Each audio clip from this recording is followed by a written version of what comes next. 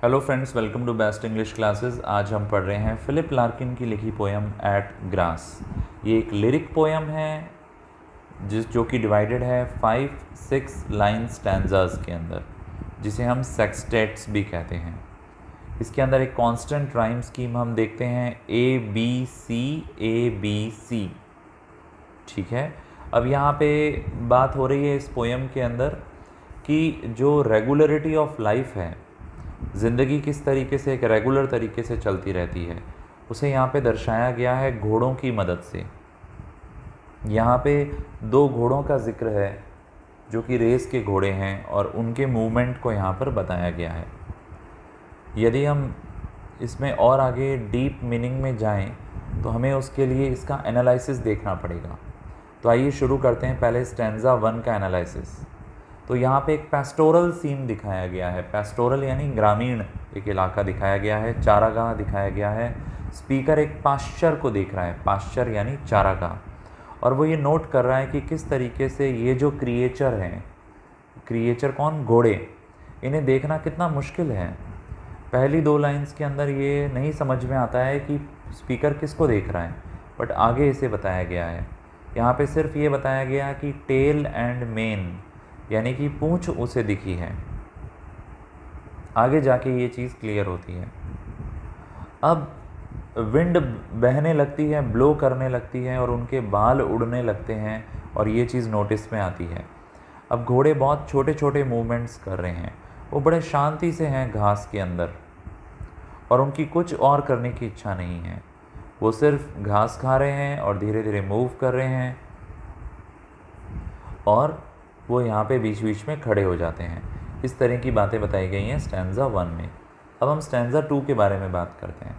अब स्टैंजा 2 में फिलिप्स ये समझाते हैं, एक्सप्लेन करते हैं कि कैसे ये जो घोड़े हैं वो अब नहीं दिख रहे हैं बिल्कुल भी। वो कह रहे हैं पास्ट में, आज से 15 साल पहले ये रेस हॉर्सेस थे, ये रेस वाले घोड़े थे, उनकी ज़िंदगी बहुत अलग थी तब।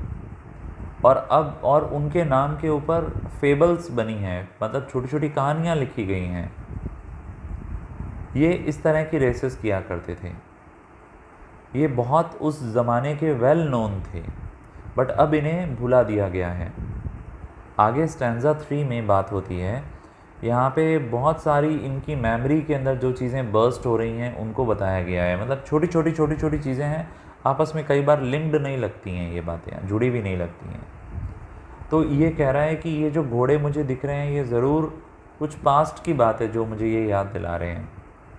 एक स्काई था, एक आसमान था, रेस स्टार्ट होती है, सब लोग उनकी तरफ देख रहे थे और यहाँ पर उसको पैरासॉल भी दिखाई देते हैं, यानी उसे महिलाएं दिख रही हैं जिन्होंने पैरासॉल लिए हैं। पैरासॉल क्या होते हैं? छोटे छाते, पर्स, और बहुत सारी खाली कारें उसे दिख रही हैं रेस ट्रैक के बाहर।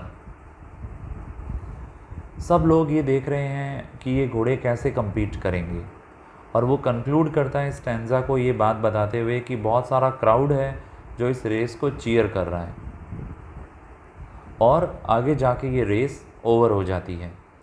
अब स्टैंजा 4 में क्या होता है? 4th स्टैंजा में स्पीकर ये बता रहा है कि मुझे आश्चर्य हो रहा है कि ये घोड़े मुझे पास्ट से याद आ रहे हैं और इसका आज की ज़िंदगी में क्या इम्पैक्ट है। सबसे पहले तो वो ये सोचता है कि शायद मैं पास्ट की मेमोरीज़ को लेकर प्लेग हो रहा हूँ, मतलब परेशान हो रहा हूँ, जैसा कि इंसान होता है। शायद ये कोई पुरानी बातें हैं जो मेरे दिमाग में दौड़ रही हैं, जो मुझे बार बार याद आ रही हैं बिना रुके और मुझे एनॉय कर रही हैं।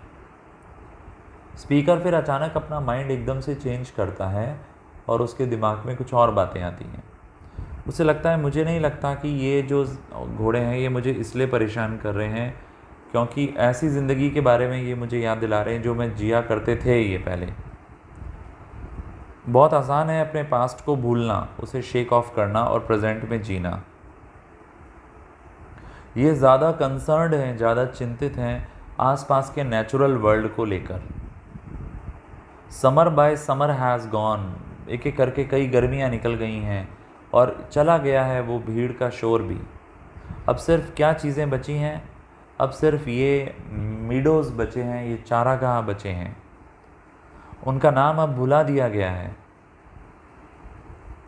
स्टैंजा 5 के अंदर फिर आगे और बात करते हैं ये, यहाँ पे वो इस बात पे ज़ोर दे रहे हैं कि घोड़ों ने किसी तरीके से अपने आप को भुला दिया है दुनिया के लिए, उन्होंने अपने फेम को खो दिया है और अब वो स्टैंड एट ईज़ हैं, मतलब आराम से खड़े हैं क्राउड से बहुत दूर। ये एक उनके लिए अच्छा चेंज है और ये एक पॉजिटिव एक्शन है। वो जब अब मूव कर रहे हैं तो जॉय के साथ मूव कर रहे हैं, अब उनके पास ज़्यादा फ्रीडम है, ऐसी फ्रीडम उनके पास पहले कभी नहीं थी। अब कोई स्टॉप वॉच प्रोफेसीज नहीं है, प्रोफेसी यानी भविष्यवाणियाँ कि कौन जीतेगा, कोई रूल्स नहीं हैं, कोई ऑब्लिगेशन नहीं है, कोई एहसान नहीं है। अब वे लोगों से सिर्फ तभी इंटरेक्ट करते हैं जब वो आराम से घूम रहे होते हैं। वो शाम को आते हैं ब्राइडल के साथ, लगाम के साथ। ऐसे ग्रूम बॉयज़ आते हैं जो ब्राइडल के साथ वहाँ आते हैं और वापस घोड़ों को रात को ले जाते हैं। हालांकि घोड़े पूरी तरीके से अभी भी आज़ाद नहीं हैं, बट फिर भी एक ट्रांजिशन हुआ है। रेस ट्रैक से पास्चर तक आना भी एक अच्छा खासा इम्प्रूवमेंट है। इसी के साथ ये पोएम फिनिश हो जाती है। यदि चैनल पर नए हो तो प्लीज़ सब्सक्राइब करो, काम पसंद आया तो लाइक करो और कमेंट बॉक्स में अपना फीडबैक ज़रूर देना।